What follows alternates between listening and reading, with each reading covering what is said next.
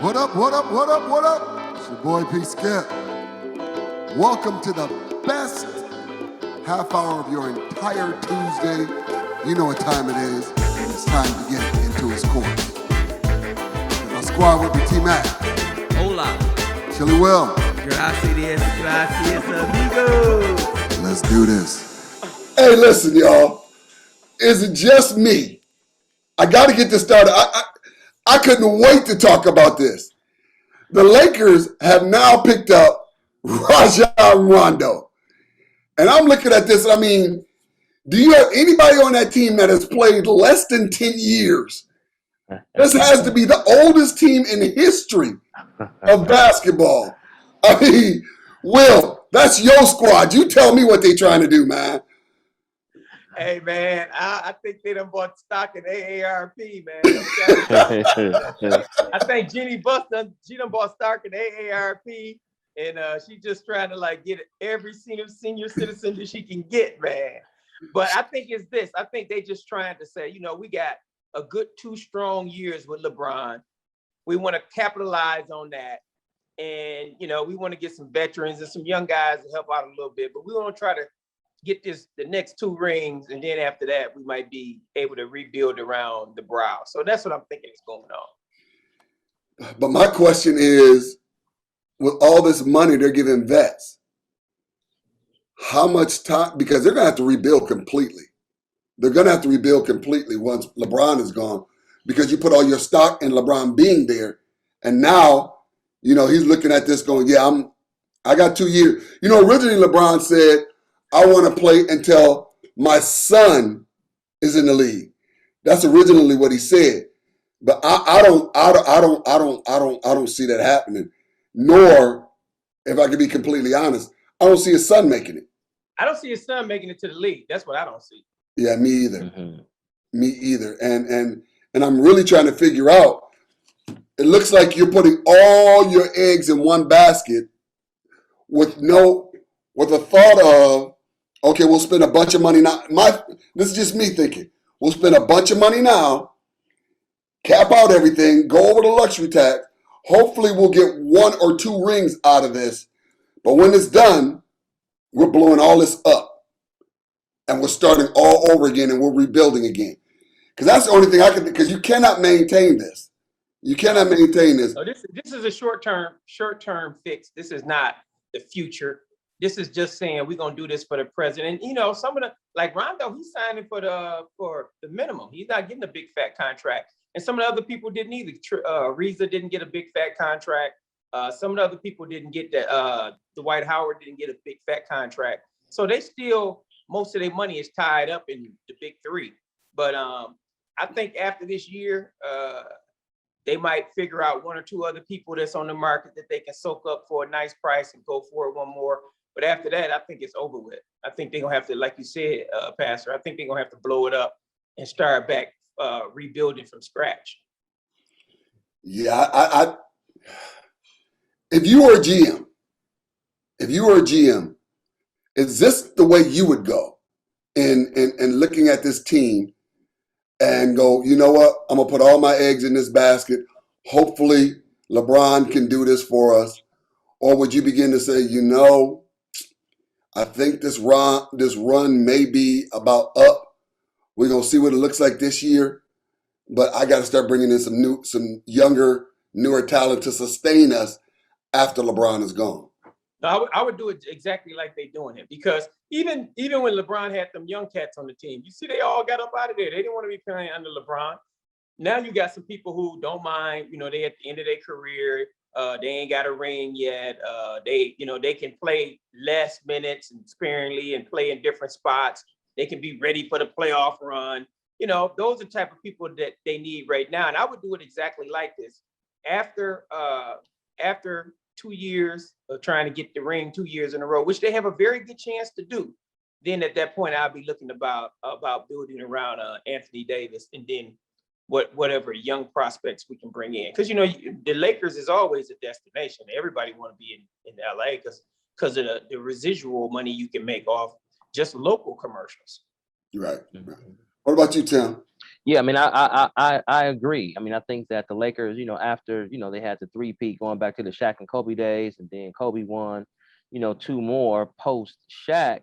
Between that last championship and the one they just won, they were kind of a desert. They weren't Right. going to the finals and all this kind of stuff. So I think the taste of being an also ran was kind of sucky to them, and they were tired of not even going to the playoffs, let alone getting to the finals. And so whatever they had to do to roll the dice, it was a situation of, well, hey, what do we have to lose?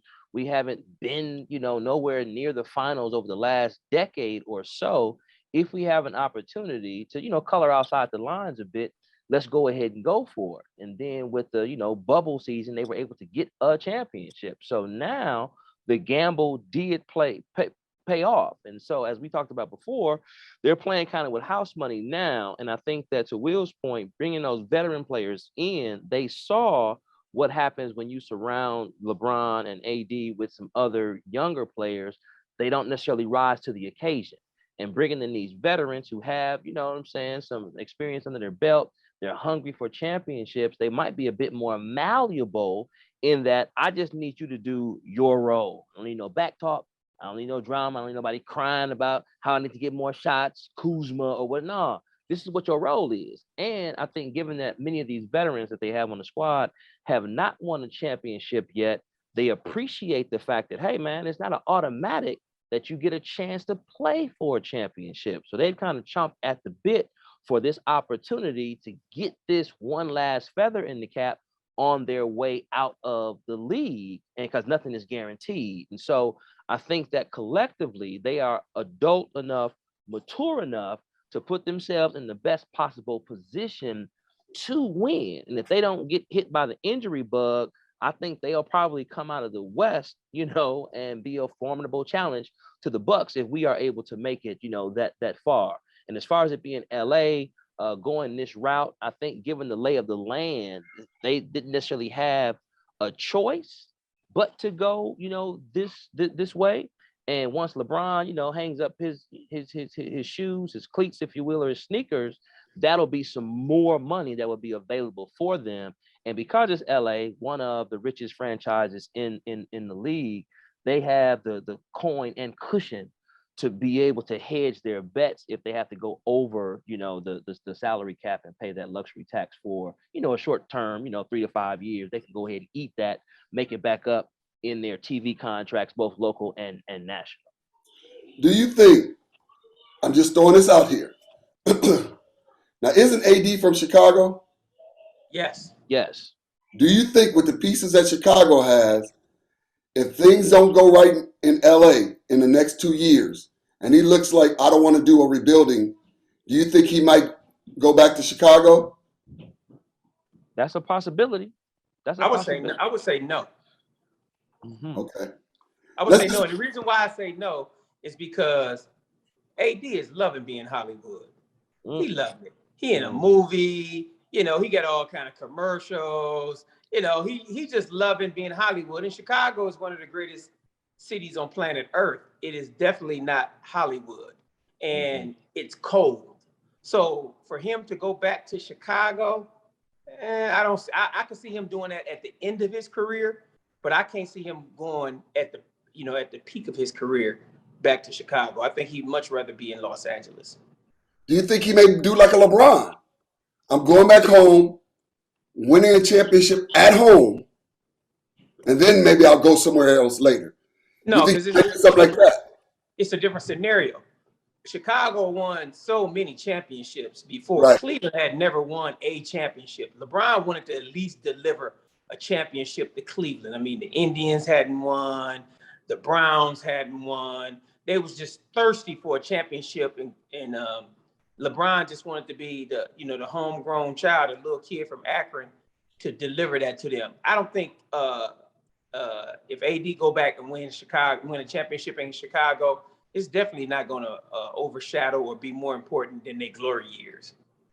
Yeah, and I think if he goes back, I don't know that he has the same cachet as LeBron. I mean, as good as AD is, to No, he me, does. He does not, Tim. you know what I'm saying? Yeah, he does He not. ain't no LeBron. He can't just No, come he's not. someplace and will a team to, a championship. Now, the one thing I would say about the possibility of him going to Chicago prior to the end of his playing career is depending upon how the injuries look and if he gets turned on by the fans being maybe spoiled in LA. Now, you call him always down, Pastor Skip. I've heard Right. some other folks that have had some similar nicknames for him. So he's been absorbing some shots. Now, I don't know how his psyche is or anything like that. He appears to be a pretty strong guy. His dad appears to be, walking lockstep with him. So he has that support and that anchoring. And so if it gets to be just mutiny on the bounty, he would consider it. But to Will's point, it's a lot of love in LA relative to opportunities and that warmth and them palm trees. And just the thought of being in Chicago in that January, February weather is enough to give a joke a pause. Flip side to that is that he could play for a Chicago team and still have his residence be in LA because he got the coin to be able to be bi-coastal, so to speak, as well. Yes, true Yeah, enough. yeah. For me, what I look at with these guys is I look at AD and say, you know what? I won a championship with a LeBron-led team. This was LeBron's squad. Mm-hmm. If I go to Chicago, my hometown, this becomes my squad, and we could win a championship there with my squad. Still, like you said, have a house in LA, and then when I'm done, I'm not going back to LA. Win a championship, I'm going to Miami, just because I want a house in Miami too. But I look at this, and there's so many different scenarios when you start dealing with these guys on that level. Because after a while, bread ain't the motivator for them anymore. Their why becomes different. When you first get in the league, your why is I'm in the league, now I want to make some bread. Then your why becomes I got bread, I'm in the league, now I want to get me a ring. Then you get a ring, and it's like now I want to create my own narrative, my own scenario. Your legacy. You looking at your That's legacy. it. Yeah. That's it. And I think that's the piece that AD, because all he could ever say is the only championships I ever got is I teamed up with LeBron. I had to go be with LeBron to do it. Now, is he one of them dudes that could say, I want some people to come team up with me because I couldn't get anybody to come to New Orleans. I couldn't get anybody to come, there. But can I get somebody to come to Chicago if I go there? It's still a big city. It's not LA. It definitely ain't Miami. Ain't none of them places. But Mike was able to get people to come there. It's still a big city. Can I get somebody to come win one for the hometown in my city? Because then I get a statue right next to Mike's. It might be smaller, but I get one next to Mike's because hometown that brought a championship to Chicago. So that's kind of the thought process I think some of these guys have. And I think LeBron put that in a bunch of their heads. Because most of them probably never thought about, let me go home and win one. But I think LeBron did that. Yeah, I think he might have raised the awareness, to that and kind of put folks on. Anthony Davis doesn't really strike me as a guy that has that kind of ambition. Of course, he has ego. He's an NBA player. He's a, top, 10, top 15 player. So he has that competitive nature. But I don't know that he would feel unfulfilled if he doesn't circle back to Chicago to try and lead a team to a championship. And I think that they'll have to still keep a pretty solid squad for him to leave LA to come back to. So he still might have the issue of, well, hey, you only won it because you were paired up with so-and-so and so-and-so, or else I don't know if it's worth his while to leave a cushy spot like LA to go back to Chicago. Winning one for the home team, hometown, becoming a folk hero, I don't know if that's enough incentive for him to do that level of heavy lifting. And and he will probably, by the time he did leave LA, will have won possibly 2 or 3 championships by then. And it's like, okay, I might be good with just this. Yeah. But I think also, does he want to go through the rebuilding process? Because LA's going to go through it with him there. Yeah. And he might say, listen, bro, I'm not interested in rebuilding nothing. Mhm. I didn't did rebuilding process 3 or 4 times in New Orleans, and that did not turn out sweet for me. So I want to go somewhere where it's already got some players that I could be the piece to get them over the hump. And it may not necessarily be Chicago. It may be, it may be Houston. It may be somewhere else. But I don't think he's got the energy to go through another rebuilding process, nor the mindset to want to do it, because once you play with great players, it's real difficult to drop back down and start. If you play pro, it's real bit difficult to go down and play with JV in high school. Mhm. Like, yeah, I don't have no interest in that. The Pro-Am League. Well, I Right. guess the last thing I'll say on this is, I don't know that this next rebuilding curve for LA is going to be super duper lengthy. LeBron will be, at some point he's going to, leave. And when he does leave, because they have Clutch Sports as their agent, and he has his hand, in the mix, Rich Paul, with some of the better players in the league, I think they'll continue to make chess moves.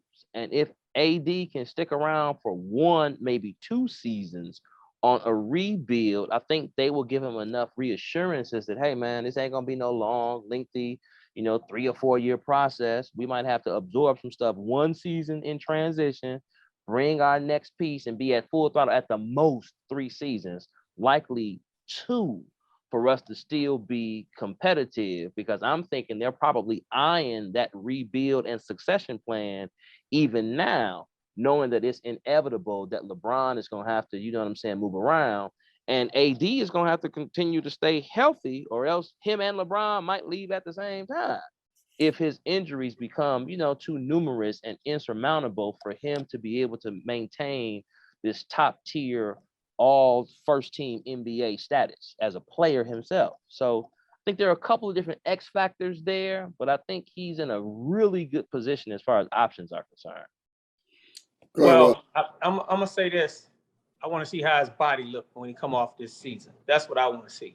Because right now, I do believe in order for LA to win a championship, AD has to be the best player on the team. It can't be Russell or LeBron. It has to be AD. Yeah. Yeah. And as a just a consumer, would you want a Bentley that stays in the shop, or would you want a Escalade that runs every day? Give me the Escalade. I'm here. And maybe that's what these GMs are looking at with AD. You a Bentley, but you stay in the shop, bro. Mm-hmm. You constantly on the sideline. I want that. I'll take a tier down or 2 from you, or even 4, just to get production on a dated, to get my money's worth out of it. And I think that's what some other GMs may be looking at. I think some other organizations are looking at, going, great player when he's healthy, but the problem is him staying on that court to make him worth the dollars that he's getting. This could be his last big contract is with LA. This because like you said, Tim. I mean, Will, if his body keeps always downing, then who wants to buy that? Who wants to buy a Bentley to keep in the garage? Well, Right. we got 28 days to training camp open, gentlemen. Well, 27. So here we go. Hey, listen, that Joker should have been in training camp the minute they got put out. He should have been in that weight room doing everything that's been nagging you. You should have strengthened that.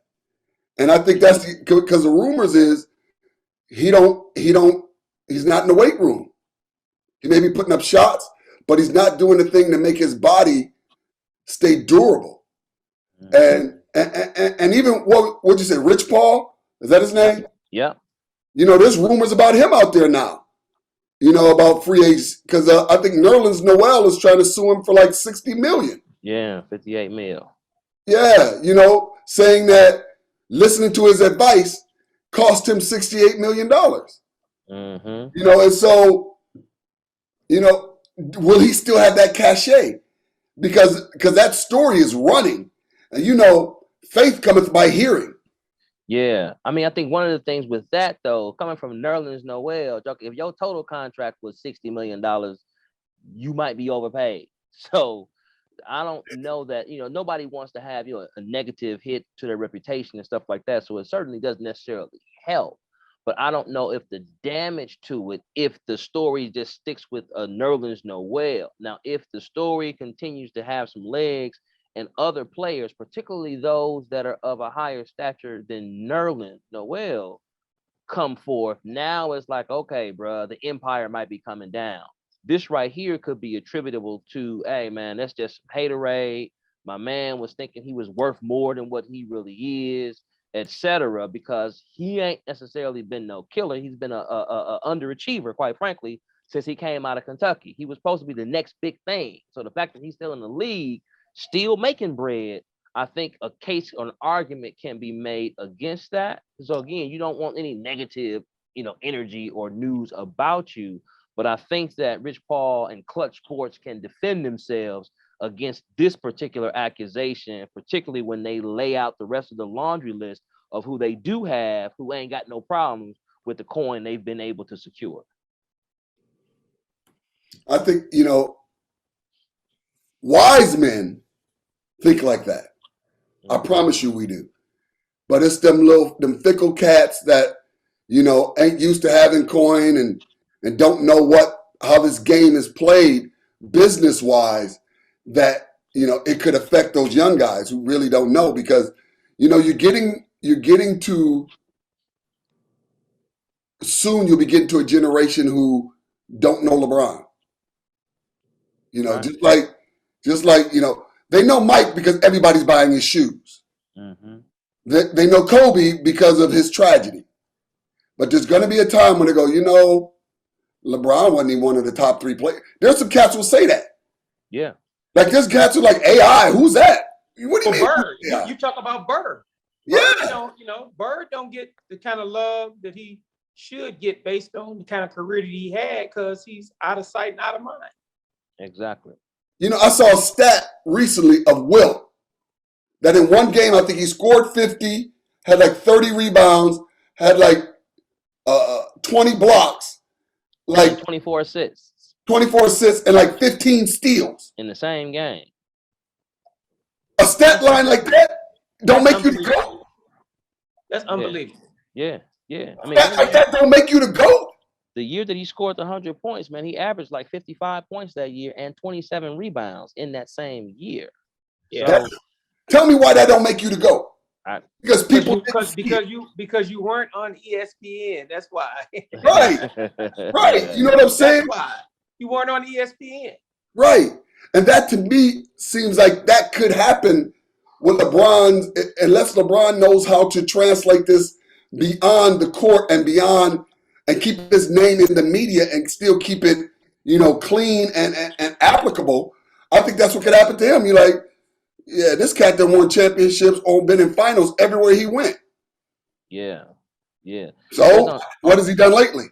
On Instagram, there is a page called LBJ History, and they daily kick out major league stats. The other day, I just watched it. They were talking about, LeBron James been shooting logo shots since he's been in the league, and gave, about 10 to a dozen of them joints where he pulled up from the logo. To your point, though, right, he don't necessarily get talked about as one that has a jumper with that kind of range that he can kind of pull up. But I think he does have a few portals, if you will, that will continue to keep his name in the mix. And I think that from a celebrity standpoint, he has his hands in enough other things aside from basketball that will at least have his basketball accomplishments and achievements being a footnote, because it'll be, well, who is this guy that has all this other multimedia stuff at play? Oh, that's LeBron James, who also happened to be arguably the best player in the game. So I think he may be able to finesse